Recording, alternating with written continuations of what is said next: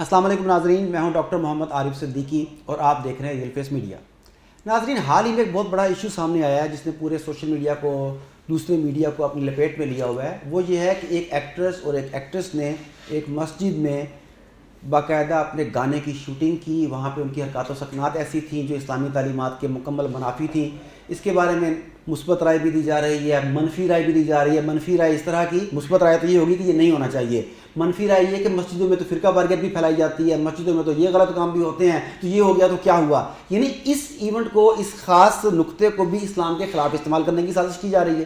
اس بارے میں بات کرنے کے لیے میرے ساتھ مہمان ہیں مفتی ڈاکٹر خلیق الرحمان صاحب، ہائی کورٹ کی مسجد کے خطیب ہیں اور بہت زبردست شعلہ بیان مقرر ہیں، آپ ان سے جانتے ہیں۔ السلام علیکم۔ وعلیکم السلام ورحمۃ اللہ وبرکاتہ۔ مفتی صاحب، یہ جو شوٹنگ کیا ہے انہوں نے مسجد کے اندر، وہ لڑکی نے جس طرح کے انہوں نے ڈانس وہ ایک دوسرے کے ساتھ گھمایا، ایک دوسرے کو پکڑ کے، میں نے چند سیکنڈ کا کلپ دیکھا تو وہ دل پہ ضرب لگی ہے۔ جی ڈاکٹر صاحب، آخر سافٹ امیج بھی تو دینا۔ سافٹ امیج کسے؟ اللہ کو کہ طاغوت کو، استعمار کو؟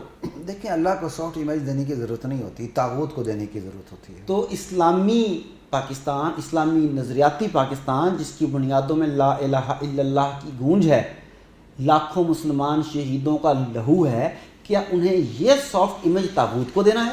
اگر لاکھوں مسلمانوں کی شہادت یاد رہتی اور جس عوام نے یہ ملک بنایا اور یہ یاد رہتا کہ عوام نے بنایا، میں تو کہتا ہوں یہ ملک عوام نے بنایا، اللہ نے بنایا، ٹھیک ہے، یہ پھر الگ بحث نکل جاتی ہے۔ وہ شہادتیں، وہ ریاضتیں اور وہ ساری چیزیں یاد رہتی تو یہ ہوتا۔ پاکستان بننے کے بعد دینی اقدار کی حفاظت ریاست نے اللہ ذوالجلال کی قسم کی ہی نہیں ہے۔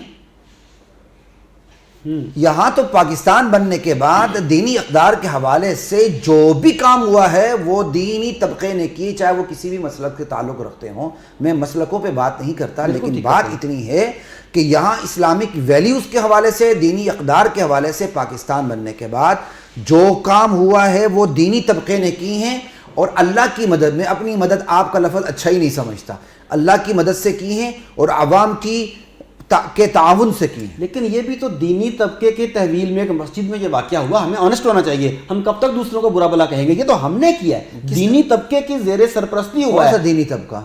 اس مسجد میں خطیب تھے، اس مسجد میں امام تھے، اس مسجد میں علماء تھے، اس مسجد میں کوئی کمیٹی ہوگی، مسجد کمیٹی ہوگی، کچھ تو ہوگا۔ میں آپ کو بتاتا ہوں، ان کی ماتحتی میں یہ نہیں ہوا، یہ ہوا وزارت اوقاف کی ماتحتی میں، اور وزارت اوقاف ریاست کا ادارہ ہے، اور اس میں لیکن علماء تعینات ہیں۔ میں آپ کو بتا رہا ہوں، اب میں اسی طرف آ رہا ہوں۔ اگر پہلے ہی سوال کو ہم تھوڑا سا ایکسٹینڈ کر لیتے تو اچھا ہوتا۔ چلے ٹھیک ہے۔ پہلا سوال کیا تھا آپ کا؟ پہلا سوال تو یہ تھا کہ یہ جو کچھ ہوا ہے، جو گانے کی شوٹنگ اور میوزک اور رقص وہاں پر ہوا ہے، اس نے مسلمانوں کے دلوں کو چیر کر رکھ دیا ہے۔ اس سلسلے میں ہم دیکھیں جی، ہم نے سافٹ امیج دینا ہے، اور سافٹ امیج دینے کے لیے دنیا کا ہم نے ہر کام کیا ہے۔ آپ کہنا یہ چاہتے ہیں کہ یہ اس گلوکار یا گلوکارہ یا ڈانسر کا انفرادی فعل نہیں ہے، اس کے پیچھے پورا ایک ایجنڈا ہے؟ دیکھیں آپ یہ کہنا چاہ رہے ہیں؟ بالکل ایجنڈا ہے، یہ انفرادی فعل نہیں ہے۔ یہ آپ دیکھیں، اب لوگ تک قصور کر رہے ہیں کہ اس کو انفرادی فعل کے میں ساتھ، یہی کہنا چاہتا ہوں کہ آپ ایک بہت بڑی بات کر رہے ہیں، میں اسے ریپیٹ کر دوں کیونکہ یہ بات اب تک جتنی بھی ڈیبیٹ ہوئی ہیں، یہ بات میں نے کسی سے نہیں سنی، سب نے انہیں انفرادی نہیں عمل قرار دیا۔ آپ اسے ایک بین الاقوامی عمل قرار دے رہے ہیں۔ یہ بین الاقوامی عمل ہے، اور بین الاقوامی عمل کے لیے جو لوگ استعمال ہوئے انتہائی گھٹیا، غدار اور لبرل اور سیکولر اور دین بیزار اور خدا ناشنا لوگ ہیں۔ یہ بڑے بے ایمان لوگ ہیں، اور جن لوگوں نے ڈرامہ بنایا ہے ان کی پوری جو پورا پس منظر، پوری جو ایک ہسٹری اس پر نظر ڈالنی چاہیے۔ انہوں نے کس قسم کے ڈرامے بنائی، انویسٹیگیشن ہونی چاہیے اس کی۔ ہاں، ان کا بیک گراؤنڈ کیا ہے، کیا تک بنتا ہے، ہم وہ تو بعد میں بات کریں گے۔ ذمہ دار مولوی صاحب تھے، موذن صاحب تھے، وزارت صاحب تھی، سیکرٹری صاحب تھے، وہ بعد میں بات کریں گے۔ ہم تو یہاں سب سے پہلے بات کر رہے ہیں کہ اس کام کے لیے مسجد کا ممبر، مسجد کا محراب استعمال ہوا تو کیوں ہوا، بات اس پر ہوتی ہے۔ بالکل ٹھیک ہے۔ اصل بات یہ، سوال یہ کہ مسجد کا صحن، مسجد کا محراب اس کام کے لیے استعمال کیوں ہوا؟ یہ ایک شیطانی سوچی سمجھی سازش ہے، یہ کوئی انڈیویجول واقعہ نہیں ہے۔ یہ تو قانون بنایا ہوا انہوں نے کہ کوئی بھی آدمی اپنی شوٹنگ کے لیے، فلانے کے لیے 30,000 روپیہ غالباً معاوضہ ہے، وہ اب 30,000 روپیہ دیتے ہیں۔ اور قانون کی بھی بات ساری بعد میں کریں گے، بات ساری ادھر ہی آ رہی ہے۔ ایک مسلمان کہلانے والا بندہ یہ تصور ہی کیسے کر سکتا ہے کہ میں ناچ گانے کو جا کے میں اس کی فلم بندی مسجد میں کروں گا؟ جب تک منصوبہ بندی نہیں ہوتی، سازش نہیں ہوتی، پلاننگ نہیں ہوتی، یہ کام نہیں ہو سکتا.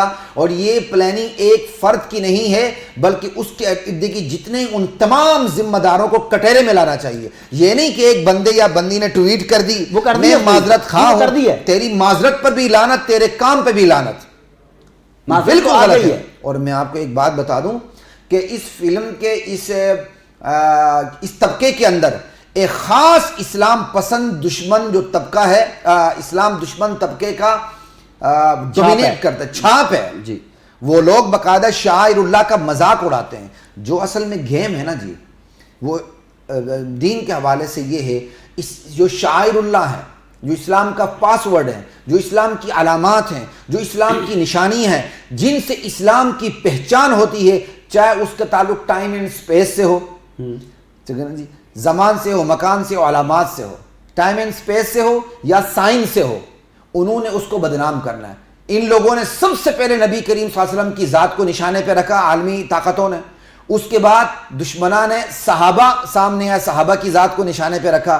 جب نبی علیہ السلام کی ذات کو نشانے پہ رکھا، اس کے بعد صحابہ کو نشانے پہ رکھنا آسان ہو گیا. کیوں؟ بہت قوم کی نفسیات بار بار گناہ ہو تو قوم کی نفسیات اس گناہ کو قبول کر لیتی ہے. یہ ایک شعور ہے. بالکل. آپ ایک بچہ ہے جس نے سگریٹ کبھی نہیں پیا، وہ دھوئیں سے بھی ڈرے گا اور دھوئیں سے نفرت بھی کھائے گا، لیکن جب اسی مجلس میں بیٹھے گا تو اسے سوٹا لگاتے اس کی ہچکچاہٹ ختم ہو جائے گی، یہاں تک کہ وہ شراب کے اوپر پہنچے گا. نبی علیہ السلام کی پے در پہ یہاں وہ توہین کی گئی کہ اب اس کیا کہتے ہیں قوم کی نفسیات مردہ ہو رہی ہے. یہاں صحابہ پر علی اعلان تبرہ ہو رہا ہے اور پوری قوم گونگی شیطان بن کے بیٹھی ہوئی ہے.